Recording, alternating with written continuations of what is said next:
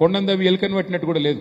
అట్లాంటి పరిస్థితి వాళ్ళ రాష్ట్రంలో ఉంది. కానీ ఇవన్నీ ఒక ఎత్తు అయితే ఈరోజు రాష్ట్రంలో నిన్న ఫోరెన్సిక్ ల్యాబ్ ఏదైతే తగలబడ్డది అని వార్త వచ్చిందో ఇవాళ రాష్ట్రంలోని ప్రతి ఒక్కరు అనుకుంటా ఉన్నారు ఖచ్చితంగా ఆ రోజు ఓటుకు నోటు దొంగతనంలో తాను అడ్డంగా దొరికిపోయిన కేసు ఏదైతే ఉందో ఆ కేసులోని ఆధారాలన్నీ భద్రపరచబడ్డ ఫోరెన్సిక్ ల్యాబొరేటరీని రేవంత్ రెడ్డే తగలబెట్టించిండు అని రాష్ట్రంలోని ప్రతి ఒక్కరూ ఇవాళ భావిస్తా ఉన్నారు. ఎందుకంటే ఒక నేరస్తుడే ఇవాళ ముఖ్యమంత్రి అయినాడు. మరి ఆ నేరస్తుడు సహజంగా ఆయననే హోంమంత్రి. ఆ హోంమంత్రి కిందనే ఉండేది పోలీసు వాళ్ళు.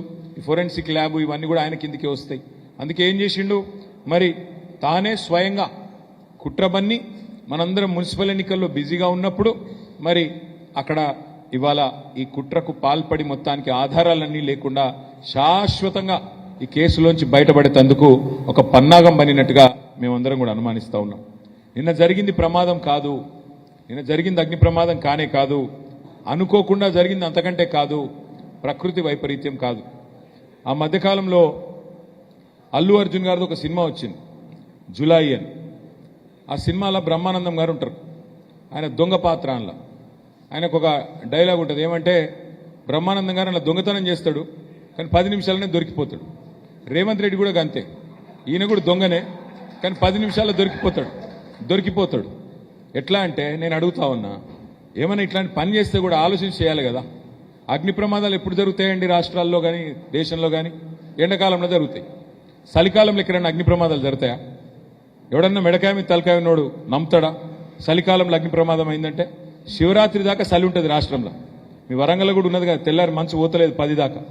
మరి అది కూడా చలికాలంలో పొద్దున 10కి ఏది చలి ఉండంగా మొత్తం అగ్ని ప్రమాదం జరిగిందంటే ఇది మనం నమ్మాలన్నట్టు. అందుకే అంటున్నాను నేను, ఈ దొంగకు దొరికిపోవడం ఒక స్పెషాలిటీ రేవంత్ రెడ్డి అనే దొంగకు. అందుకే ఖచ్చితంగా మరి ఈ చలికాలంలో జరిగిన అగ్ని ప్రమాదం చేయించబడ్డ ప్రమాదంగానే ప్రజలు భావిస్తా ఉన్నారు. ఒక పక్కడబందీ ప్రణాళికతో రేవంత్ రెడ్డి అనే నేరగాడు క్రిమినల్ తన క్రిమినల్ మనస్తత్వంతో ఆధారాలను మాయం చేయడానికి ఫోరెన్సిక్ ల్యాబ్ను తగలబెట్టించినాడు అని మేము రాష్ట్ర ప్రజలతో పాటు మేము కూడా భావిస్తా ఉన్నాము. ఎందుకంటే అందరికీ తెలుసు, ఓటుకు నోటు కేసు మొత్తం జగద్విదితం. అది ఒక రాష్ట్రంలో కాదు, దేశమందరికీ తెలుసు, ప్రపంచం మొత్తానికి పోయింది. కానీ ఇక్కడ అతి ముఖ్యమైన విషయం ఏంటంటే, తాను తప్పించుకోవడానికి, తన కేసులకు వెళ్ళి బయటపడడానికి న్యాయస్థానంలో తుది దశకు వచ్చింది. ఇప్పుడు ఈ కేసు 11 ఏళ్ల తర్వాత న్యాయస్థానంలో చివరి దశకు వచ్చింది.